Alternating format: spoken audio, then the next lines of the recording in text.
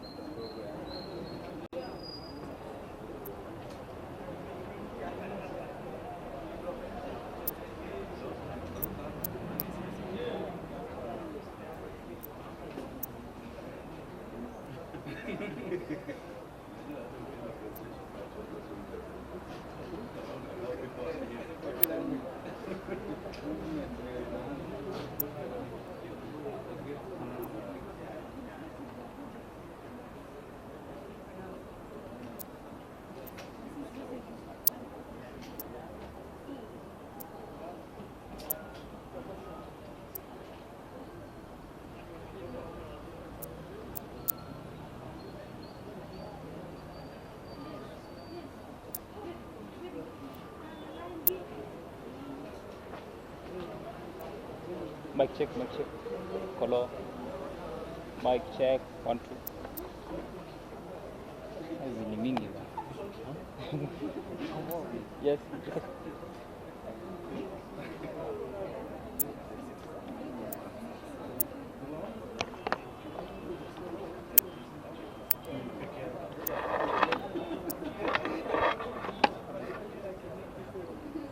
Ai tabibu. Bwana muulize kama iko sawa. Utanifanyia tu hivi. Iko sawa? Bwana muulize alafu utanifanyia hivi.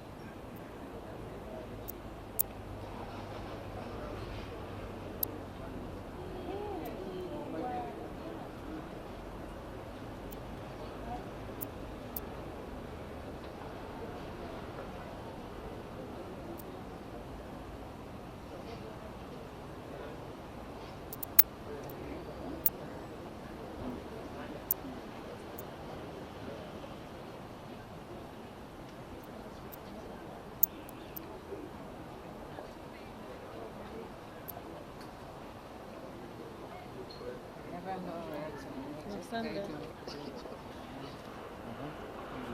Yeah.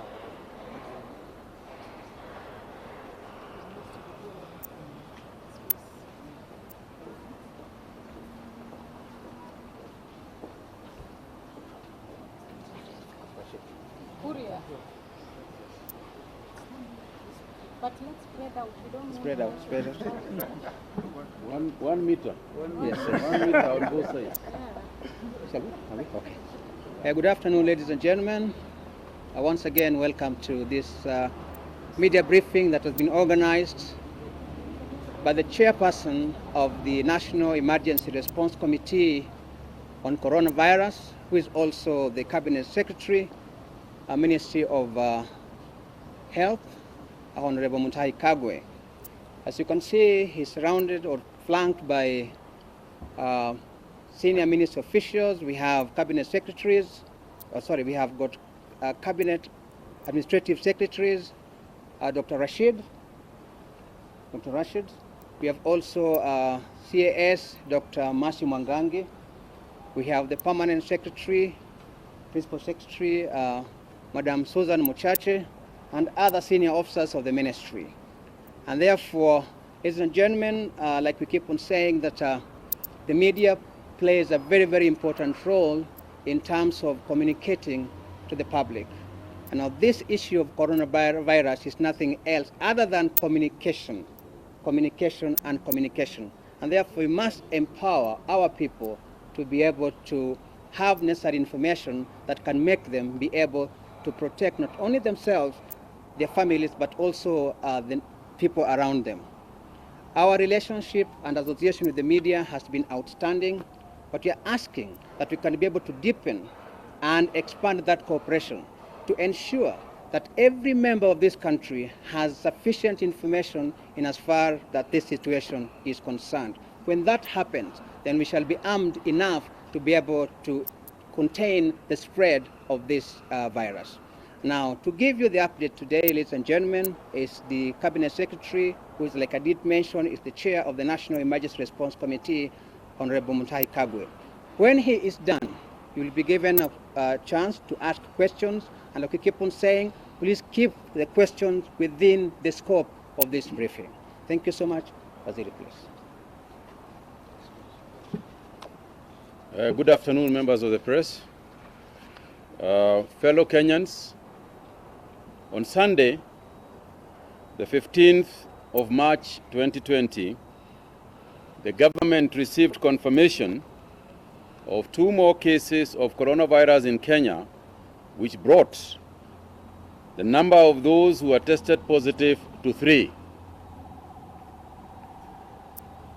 The first case of this deadly virus was reported in our country on March the 12th, 2020, which we promptly relayed information to the public through His Excellency President Uhuru Muigai Kenyatta. Today, we have received confirmation of another case of coronavirus following tests carried out to a patient in one of our private facilities. This now brings the number of confirmed cases of coronavirus in the country to 4. The latest case was confirmed today at our National Influenza Center laboratory. The patient is reported to have traveled from London, United Kingdom, on the 8th of March 2020, arriving in the country on the 9th of March. Tracing of persons who may have come into contact with the patient is ongoing. You will also recall that when we got confirmation of the first case on March the 12th, a total of 27 persons who had come to contact with the patient were traced, quarantined, and tested. It is 2 of those who had tested positive. Results of the 25 plus and additional 23 other persons who have been tested have all turned negative. All the 23 from Bagathi Hospital, we have cleared them to self-quarantine at home. So far, our laboratories at Kemri and National Influenza Center have tested a total of 111 cases since this pandemic struck our country. For the 2 additional coronavirus cases, a total of 36 contacts have been traced to us by our surveillance team, and we are monitoring them. As you are aware, on the 15th of March, His Excellency the President had directed a number of measures, including travel, ban from any country with any case of coronavirus was restricted. Only Kenyan citizens and any foreigners with valid residence permits will be allowed to come into the country, provided that they proceed on a self-quarantine or to a government-designated quarantine facility. May I also add at this point that when the Public Health Act has been invoked, quarantine is not a voluntary measure. It is a mandatory measure which can lead to a big fine and a jail sentence. This measure at the airport is going to be instituted further by making those traveling into the country to swear a legal document that they will comply with what they are supposed to do. As you are aware, all schools and higher learning institutions have been closed and continue, and the work and the process of students going home is continuing. We would like to thank the schools. We would like to thank the parents for their understanding, because nobody has complained and everybody has been extremely understanding.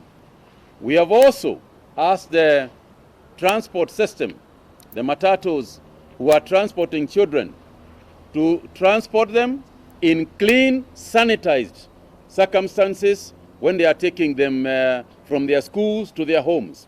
And we have asked the schools not to put kids in their totality into public system, but to organize with the public transporters how to take children from their school to their homes and in sanitized and clean conditions.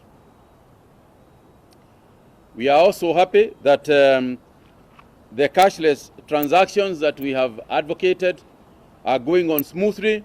The central bank has stepped into this matter. We are appealing for even more improved offers from the cashless transactors. We have urged our people, and we will continue to urge Kenyans, please stay away where people are congregating. May they be weddings, may they be funerals, may they be religious congregations, may they be nightclubs, may they be churches. Please, please, we appeal to you. When we have looked at the countries that have managed to contain the coronavirus, they are those who the citizens have taken upon themselves to take responsibility. It is those places where social distancing has been brought to bear, and it is countries that have made decisions like the ones we have made very quickly. And for us to succeed, we will need the cooperation of just about every other institution that we have mentioned. We have asked that wherever possible, those people in offices, those people who are working, should actually try and work at home. We recognize that essential services must go on, and essentially work must go on. Sanitary measures that we have given, the hygiene measures we have given, the distancing, the social distancing we have given, all these measures will go a long way into assisting us contain this virus. For clarification, there has been a number of things since the executive order was given and since the measures that we have taken were given. There's, as can be expected, various issues that have come up. And for clarification, let me just state the following.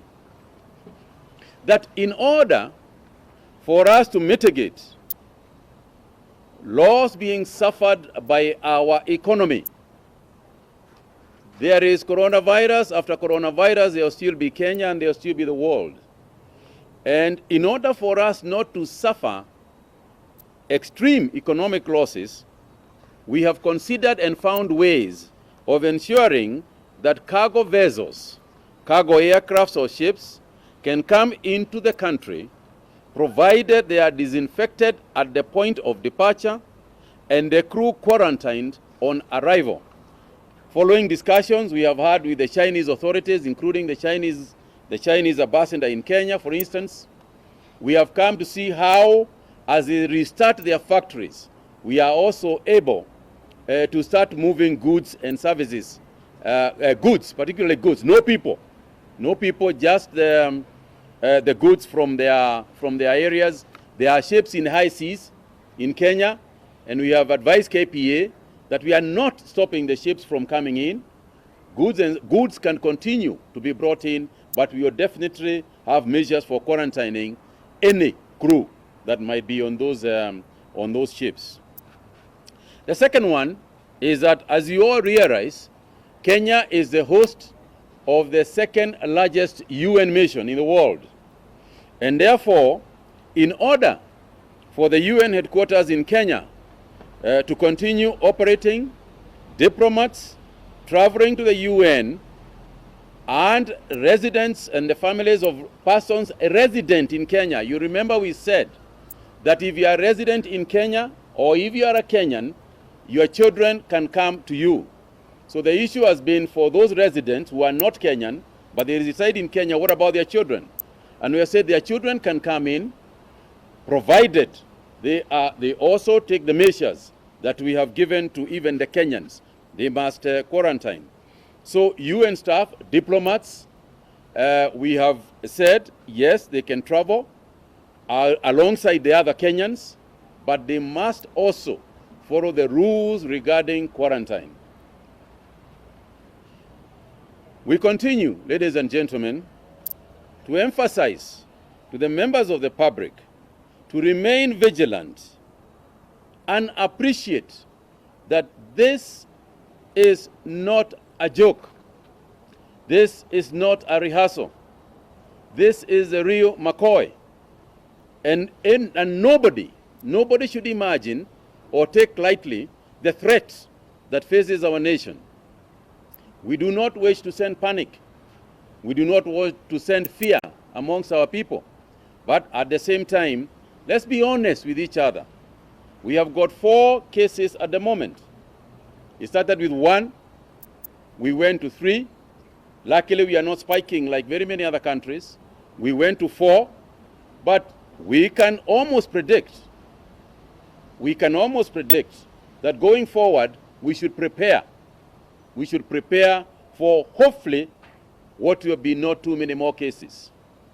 The fortunate thing that we have at the moment is that those who have tested positive are healthy as can be in those circumstances, and are continuing to be looked after and without any outright dangerous signs from them. As this happens, we continue to ask the citizens to maintain basic respiratory hygiene and safe food practices. Please tell our people, keep on cleaning your hands. We have taken to not shaking hands, and we have adopted the Indian greeting of simply acknowledging each other. This is not an abuse against our culture. This is the reality of the day, ladies and gentlemen. So please, we are asking the media to continue passing this message forward and to educate our people and to highlight the seriousness of the situation, because we have been receiving information from people who think that we should take this lightly, who think that we are taking measures that are outwardly unnecessary. And I would like to assure you, nothing could be more necessary than the measures we are taking. We have asked that those areas, those social gatherings that are still going on in supermarkets, in eateries and so on, that you continue to observe the highest levels of cleanliness. Our people, our public health officers are on the prowl. At the slightest sign that an institution is not, a restaurant or otherwise, is not observing the highest levels that we expect in terms of sanitation, washing of hands, and so on, then we shall take further steps. But at the moment, we are encouraged by the cooperation that we are getting from everybody. We are also making a special appeal for members of the public to utilize the toll-free number 719. 719. I'm appealing to the media, particularly the print media. If you could have that 719 somewhere in front of your newspaper, or somewhere on the bottom of running at the bottom of your TV stations, it would help a lot. Because currently what is happening is that everybody is calling everybody. I cannot tell you how many people have called me personally to report a patient in Huruma, the other one in Mukurweini, the other one in elsewhere. So please, we have a toll-free number. Let's use it. Fellow Kenyans, I appeal, as His Excellency the President did the other day, for calm, vigilance, and care. Thank you all very much. Samahani kwa kidogo Kiswahili kidogo tu, statistics kidogo tu. Questions? Coronavirus disease is slowly breathing life in Kenya. One of the main concerns is entry points at the airport.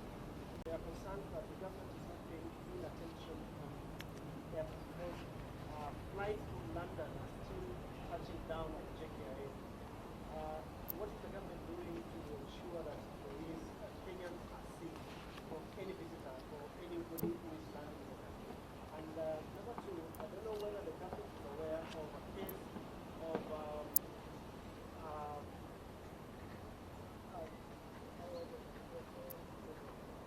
passenger from KQ in the morning who disembarked and was rushed to an ambulance. Are you aware of that? And another case, I have two more questions about Bagadi, is the government increasing surveillance at the private hospitals. Secondly, there's a concern from patients at Bagadi that they are using cold showers. And that is one of the concerns that we see. And the rising cost of sanitizer in the market. Is the government going to do something to say, as well as the last question is on encouraging Kenyans to work from home. What happens to those who depend on a daily jingo or the day-to-day work? Just to pick up from where he's left, the other question is... Could you please just identify yourself when you ask? My name is Kennedy from NTV, and you actually painted a grim picture of more other cases that might come. And there is a question that has been even coming to the newsroom with regards to parents. There are some who are looking at this break of their children being at home as a holiday, and some of them are even taking them to social places, and this is actually exposing them even more. When will we get to a time when we say that it is complete shutdown so that we can be able to deal with this case of corona completely? And number two, yesterday when the government spokesperson was talking, he said that there are 3 other suspected cases that may lead into discovery of corona. What is the status as of now? Are we looking at a possible rise to 7? Please, if you're going to ask many questions, we're going to deny others a chance. Just ask one question, please. Thank you very much. The first one is, I think what the government spokesman yesterday was talking about are the 3 cases that we already have, not 3 cases expected. Because suspected, everybody is suspected, Everybody is suspected in this sense. The reason why we take you to isolation, and as I speak today, we have got, I think, over 20 people in isolation. So when you talk about suspected, that's probably the what you can call suspected. But we do not have a specific number of 1 or 2 that we can say these are the ones that we are suspecting. We suspect people only when they have been exposed, when you have been in touch with people who have coronavirus, and at that point we want to carry out tests. So probably what you mean is there are 3 people we are carrying out tests of, but that is not to say that those are the only people that we suspect. As far as we are concerned, at the moment, anybody exposed, is potential. That's the way of the world. That's just the way it is at the moment. As for the children, you will notice that yesterday, the Ministry of Sports actually closed down. A lot of the Ministry of Sports closed down a lot of areas, the museums, the sports grounds, the play areas, because the idea, and you must also understand, Bwana Mureithi, we are all in a learning process at the moment. We have never had to send children home and tell them, stay indoors. This is the first time it is happening. And so you can understand, if it doesn't seem to be taking effect as quickly as you'd want it to be, there's a lot of education to be done. There is a lot of urging to be done. There's a lot of understanding to create before people do what exactly what we are saying. And this is the purpose of a meeting such as this one that we have today, is the purpose of a briefing such as this one, just so people can start doing exactly what we are saying, and realizing that the reason we sent them home is to social distance the kids. So if you go home and then you take your children to the museum, then you have not social distanced them. It has not served the purpose. So that is something we are continuing to urge the parents to do. As for a total shutdown, it is always on the table. A total shutdown is always on the table, because depending on on how we see the progress, depending on how we monitor the situation, then, and also we are monitoring with the Ministry of Interior to see to what extent the public is following the guidelines, along the guidelines that we have given. At the point where we think that the danger is enhanced, then you take the necessary, the committee will debate and take the necessary steps. The attention at the airport, I can assure you, there is serious vigilance. Serious vigilance. And even if you look at the social media, even persons who have traveled through Dubai, persons who have traveled through London, they will tell you that in their travels, where they are getting the most serious checks is actually here in Nairobi. So we have not in any way relaxed our surveillance, both through our cameras, thermal scanners, and so on and so forth. And sometimes you can walk in and think that you are not scanned. I assure you, you are scanned. The case of a passenger in an ambulance, that's a detail I would not know right now. I'm sure that's the only one. He's not the only one who is in an ambulance. There must be a number of people from different places in an ambulance. And therefore, I will wait for the technical people to give that detail. We are working very, very closely with the private sector, and we are very happy with what they are doing. The business community has come together, and I believe in the coming couple of days, we will be having a joint press conference with them. And of course, there is the issue of addressing the economy, and that's why we are trying to take baby steps in seeing what we can do to mitigate, our economic situation. As for the sanitizers, let me tell you how to bring down the cost. Let me advise Kenyans how to bring down the cost of sanitizers. Buy soap and wash your hands. If you bring down the demand, demand follows supply. When the supply is limited, what happens is that the price go up. And as much as we are trying to tell these people, bring these prices down, we are asking the Ministry of Water, and indeed we can confirm that CS for Water, Cicely Karaoke, has already started to ensure that they are putting water points in as many places in this town and in the country as possible. The CS in Water has also confirmed that he is asking all water companies who have shut down water because of bills, because of certain mechanical issues, that we address those issues as county governments, as national government. If people have not paid bills at this time, please understand, open those taps. We will talk about the money later. Right now, we are talking about life and death. Let's deal with the money later. Open the taps. And Cicely Karaoke has said this is exactly what she's trying to get done. So if people use soap, simple washing of soap wash your hands with soap. We are asking supermarkets, we know that you sell these sanitizers, but please also provide water points so that people can wash their hands with soap. And if they do that, the demand for sanitizers will come down.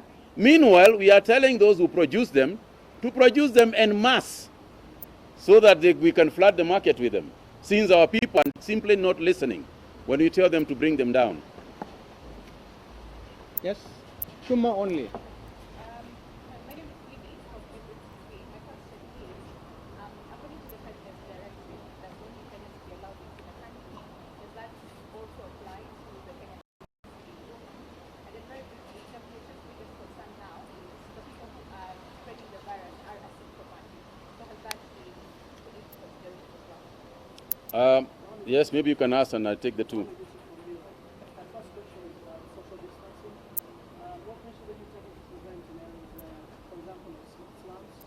What is the government doing about it? And finally, I understand in 2015 you deployed a team in West Africa to combat Ebola.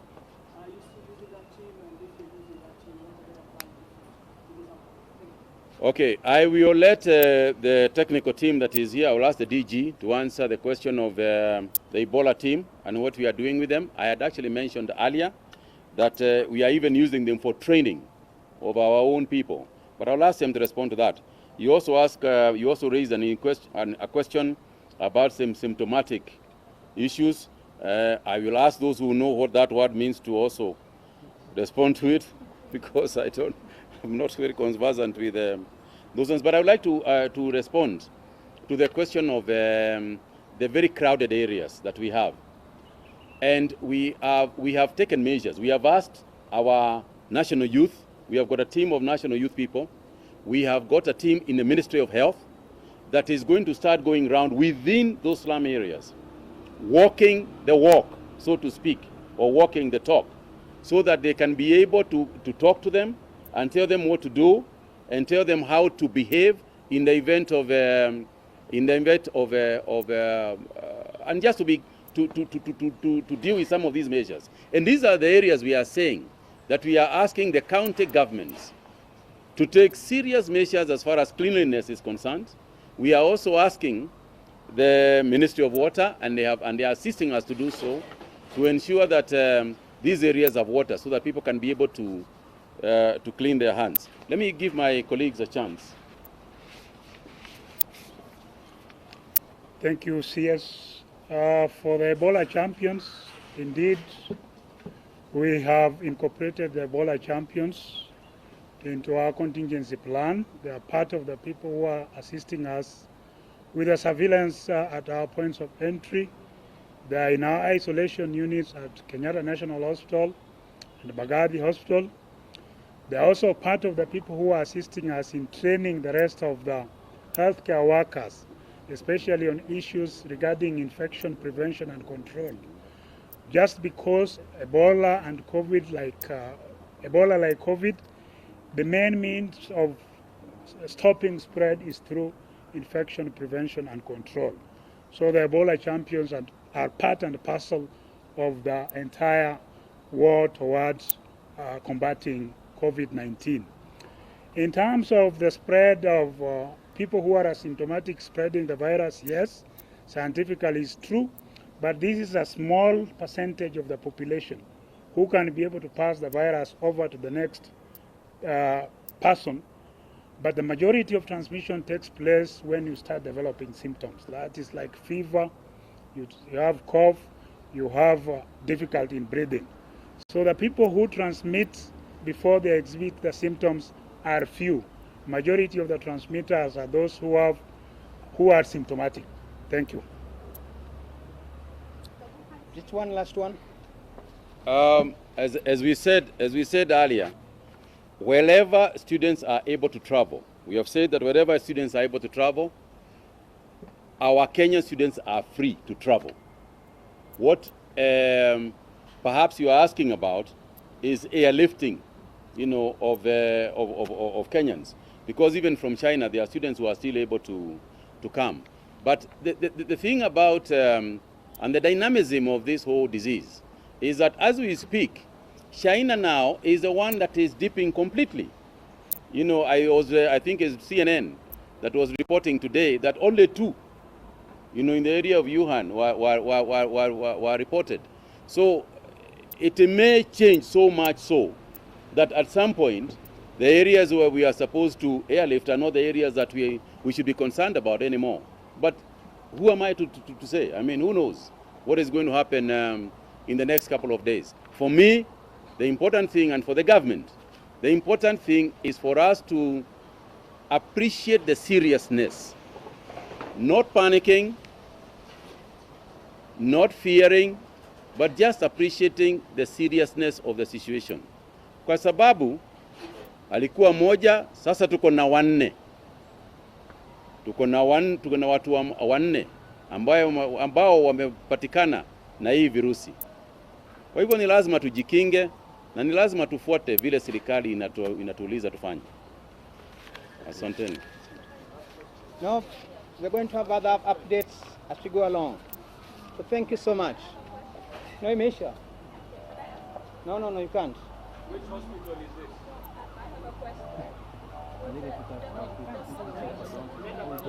Can't say that.